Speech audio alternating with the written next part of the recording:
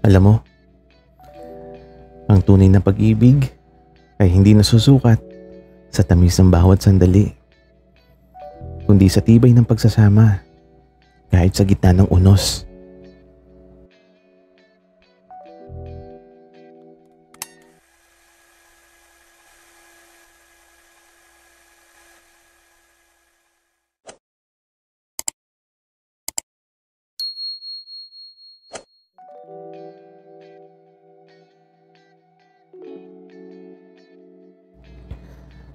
Masarap sanang ulitin ang mga bagay na bago sa panlasa mo. Parang putahe na minsan mong natikman sa unang pagkakataon na gusto mong balik-balikan.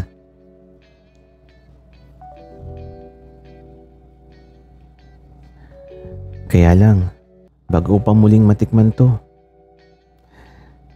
kinatok na kami ni Lolo. Ay nako, bakit kaya? Kaya ito, nagmadali akong buksan ng pintuan. Ito ba, si Lolo.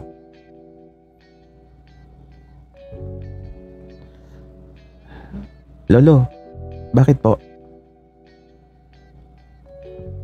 Apo, okay lang ba kayo? Oo naman po, Lolo. Okay lang po. Bakit po? Wala naman apo. O siya, ay tara mamasyal sa labas. Sumama kayo sa amin. Tara na. Lolo, ayokong lumabas. Ang laki ng pimples ko. Apo, huwag kang maarte. Tara na. Pimples lang yan. Oo nga naman, Akiro. Tara na, mamasyal tayo. Gusto ko pong sumama. Wika ni Gab. Kaya ito, wala akong choice. Kahit nanlalaban yung tagihawat ko, naku, eto. Isinama kami ni Lolo at Lola.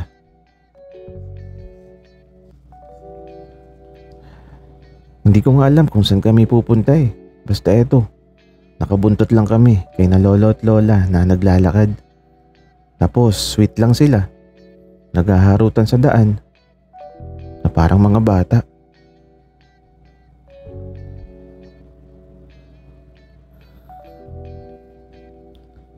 Sana all. Wika ni Gab. Napatingin tuloy ako sa kanya.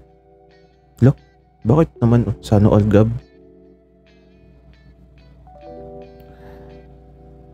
Hindi mo ba nakikita, Akiro? Ito yung mga sandaling gusto ng karamihan, pero hindi lahat umaabot sa ganitong punto ng buhay nila. Hindi lahat umaabot sa dulo.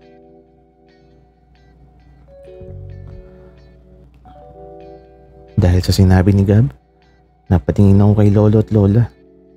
Tama siya. Hindi lahat umaabot sa ganitong sandali. Hindi lahat sasamahan hanggang sa dulo.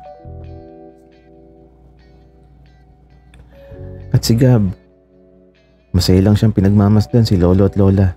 Ako naman, masayang sumusulyap kay Gab. Mga sulyap na may halong kilig, saya, at di maipaliwanag na kaba. At sa patuloy na paglalakad, mula sa malayo may nakita akong tolda. Di ko alam kung anong meron, pero may mga tao. Habang papalapit kami sa isang bahay, napapaisip ako kung anong meron. May handaan ata. May tolda Tapos madaming tao sa labas. Kaya ito, nung makalapit pa kami, may mga malalaking bulaklak akong nakita tapos maliwanag sa loob ng bahay. Nako, hindi pala handaan yung pupuntahan namin. May kipaglamay ata kami, kaya ito. Pagpasok nila Lolo at Lola, kasunod lang kami tapos nagulat ako sa nakita ko. Dalawang kabaong yung nasa loob. Tapos lumapit agad doon sina Lolo at Lola na sumilip agad sa kabaong.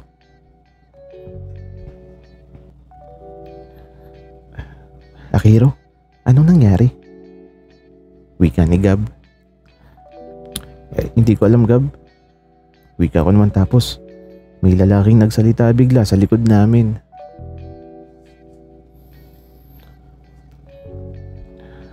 Kahapon, masaya pa sila. Sabay na pinagmamasdan ng takip silim na magkahawak kamay. Wala silang malalang karamdaman.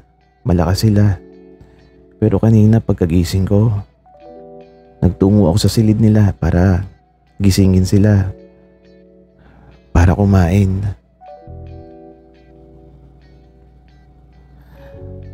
Akala ko, mahimbing lang silang natutulog na magkayakap. Subalit nung hawakan ko sila, umagos na lang ang mga luha ko. Kasi wala na sila.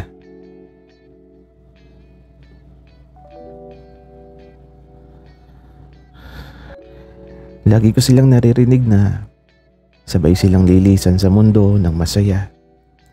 At siguro, tadhana na talaga ang sabay nilang pamamaalam. Pero masaya ako kahit iniwan na nila kami dahil sa pagmamahal nila sa isa't isa ng wagas, buo, at hanggang sa pagtanda. Habang nakikinig ako, ewan ko ba kung bakit umagos yung mga luha ko. Ganun siguro talaga kapag mahal mo ang isang tao. Sasamahan mo hanggang sa dulo. Walang iwanan. At ang nagsasalita ang bunsong anak ng dalawang matanda na nilisan ng mundo ng maligaya at puno ng pagmamahal. At yung lalaking nagsalita kanina, ayun, kinakausap na sila ni Lolo at Lola. Kami naman ni Gab, naupo dito sa may gilid, tapos may nag-abot sa amin ng pagkain. Mga iho, kain na muna kayo. Ano po yan? Wika ko. Sopas at puto, iho. Hala, favorite ko yan. Wika ko. Kaya ito, kumuha na kami ni Gab. Akiro, ang sarap ng puto. Pwede bang mag-take out ng ganito? Gab, bawal yun. Ano ka ba? Baka sundan ka ng kaluluwa. Wika ako. Ganun ba?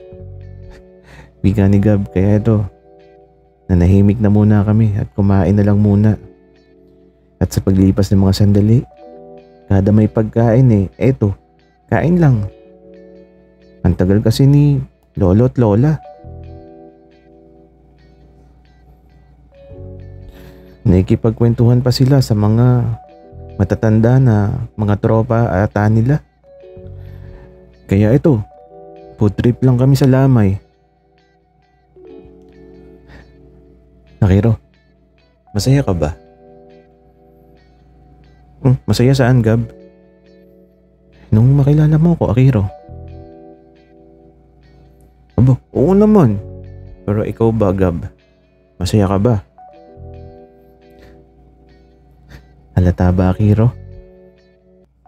Gab, anong halata? Masaya ako, Akiro. Oo, halata naman. Pero Gab, sa palagay mo, totoo kaya na may tadhana talaga na para sa isang tao?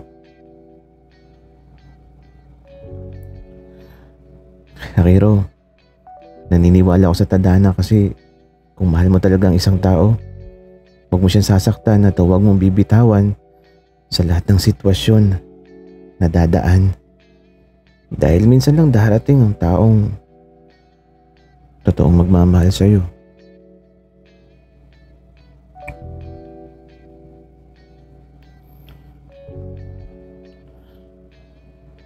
Dahil sa sinabi ni Gab, napangiti ako. Marahil, dapat ko na talagang pakinggan ang puso ko. Gab, mahal kita. Wika ko sa mahinang boses. Akiro, anong sabi mo? Di ko narinig. Ang ingay eh. Wala, sabi ko, nabusog ako. Wika ako.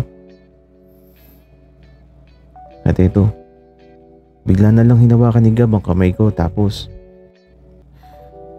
binitiwan din naman kaagad kasi si Lolo biglang tumingin sa amin.